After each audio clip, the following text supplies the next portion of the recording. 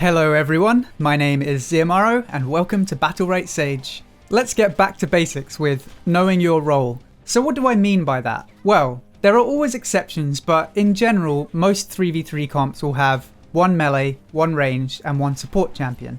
But what role does each of those archetypes fill? The recent Paloma and Destiny nerfs just bust the whole range meta wide open, so we're seeing a much wider variety of comps right now.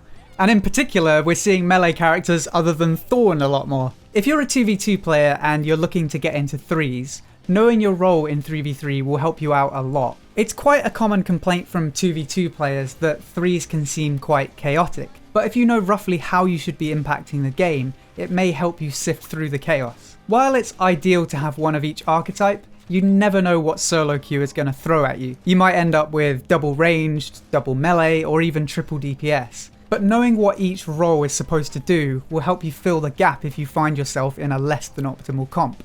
Quick disclaimer, I'm gonna make some generalizations for the sake of keeping things simple. There are always exceptions to the rules. But with that out of the way, let's start with melee champions.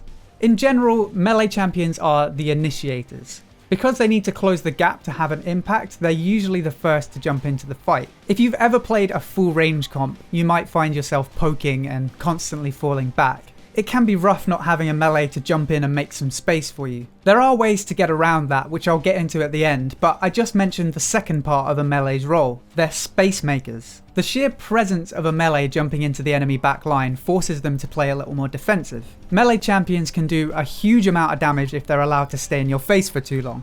This forces you to do one of a few things. You can fall back a bit, but most of the time that doesn't guarantee that the melee will leave you alone. The second thing you can do is use crowd control abilities to peel them off you. Or thirdly, you can use mobility to create a gap.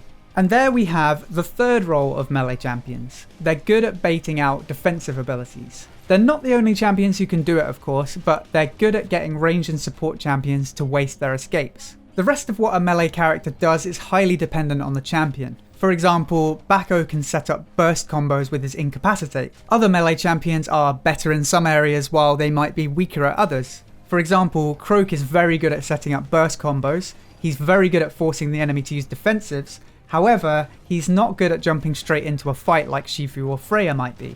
Next we have ranged champions. Ranged champions are the consistent damage dealers of Battlerite. Melee champions can do big damage, but they have to find a way to close the gap first. Ranged champions, on the other hand, can continue to do damage from a distance. So the first part of their role is to be a constant threat. Have you ever been so focused on keeping the enemy Shifu away that you kinda just ignored the enemy Ashka? Suddenly you get a big right-click barrage to your face and you're like, oh yeah, he hurts too. When your melee champion makes space for you, it's your job as a ranged champion to look out for the enemy using escapes and then punish them for it. If your Shifu forces the enemy Lucy to roll, you can now charge up a snipe and know that she won't be able to dodge it. The second part of your role as a ranged champion is to peel for your support. This is actually a two-way relationship because your support will be peeling for you too. If your melee is in the enemy backline and your support needs help, they can't really do anything about it. But as a ranged champion, you can make fast target switches much more easily. So for that reason, when your support needs help, 9 times out of 10, it's your job to help peel. It's important as a ranged player to pay attention to both the enemy's cooldown so you can punish them, but also pay attention to your own team's cooldown so you know when you should be peeling. And finally, we have the third role, support champions. The first thing you think when you think of a support is healing, right?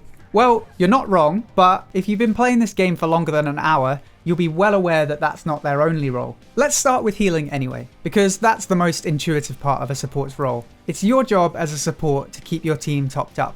Most supports, however, have cooldowns on their heals, so it's not always possible to heal. And even for champions who can heal all the time, like Paloma or Pestilus, you're selling yourself short if you play like a heal bot. That brings me on to the second part of the support role, damage prevention. All supports have ways of either preventing or reducing incoming damage. It might be a barrier, it might be some kind of damage reduction, or it might just be some crowd control. There's more than one way to keep your team alive, and quite often preventing damage means you can heal less and have a more aggressive impact on the game. Most supports can actually deal damage faster than they can heal, so the less you have to heal, the better. Thirdly, it's your role to punish mistakes just like ranged and melee champions. As I said, most supports have decent damage output, so if you see an enemy with no cooldowns and they're out of position, the smartest move may be to stop healing and deal some extra damage. And finally, as I mentioned previously, ranged champions can peel for you, but if the focus is on the ranged champion, then it's your job to peel for them. So now that we have a very generalized idea of what the roles are, how does that normally play out?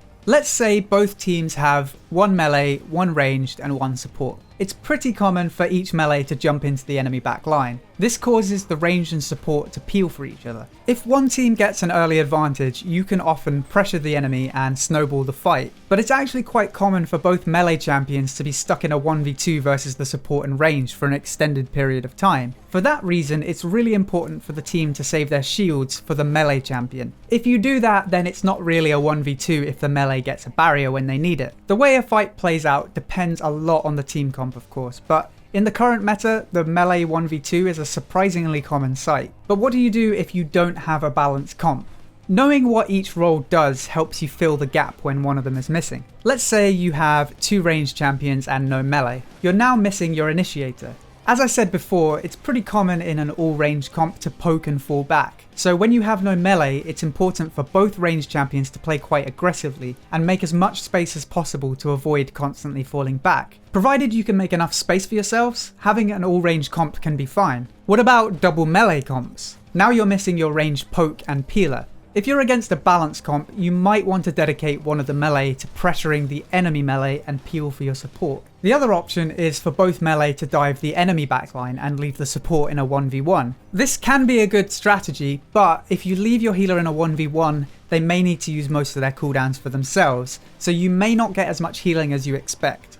Triple DPS comps are often the hardest to work around. It's not impossible to win by any means, but it requires impeccable cooldown management and focus. Having a support isn't completely necessary, but it makes things a lot easier. With no support, you're lacking damage reduction, crowd control, and sustain. So how do you get around that? With no support, the only way to prevent damage is to either dodge it or to take the enemy out of the fight by crowd controlling them. So you need to use your CC liberally. One thing you have over a support comp though is superior pressure. If you can line up your CC correctly, you might be able to out-pressure them. The enemy simply won't have enough outs to avoid all of your bursts, so try to use that to your advantage. Likewise, if you're up against a non-balanced comp, you can try to exploit their weaknesses. If the enemy has no melee, it will be easy for you to pressure them back into spawn, so play aggressively from the start to make lots of space and secure orbs. If they have no ranged champion, it will be harder for them to peel, so the support could be a little more vulnerable than they usually would be. If you're against triple DPS, you can out-sustain the enemy. So burst them, crowd control them, and then if you see an opportunity to reset the fight, then heal up. As I said, I've made some generalizations here for the sake of simplicity. If you're an advanced player, you probably know what the exceptions are. But for a new player, it can be helpful to make some generalizations until you have a better understanding of the game. I hope you found this video useful. If you did, then please feel free to subscribe for more Battlerite guides, news, and discussion. And don't forget to check out twitch.tv/BattleriteSage. Until next time, thank you for watching, and I'll see you soon.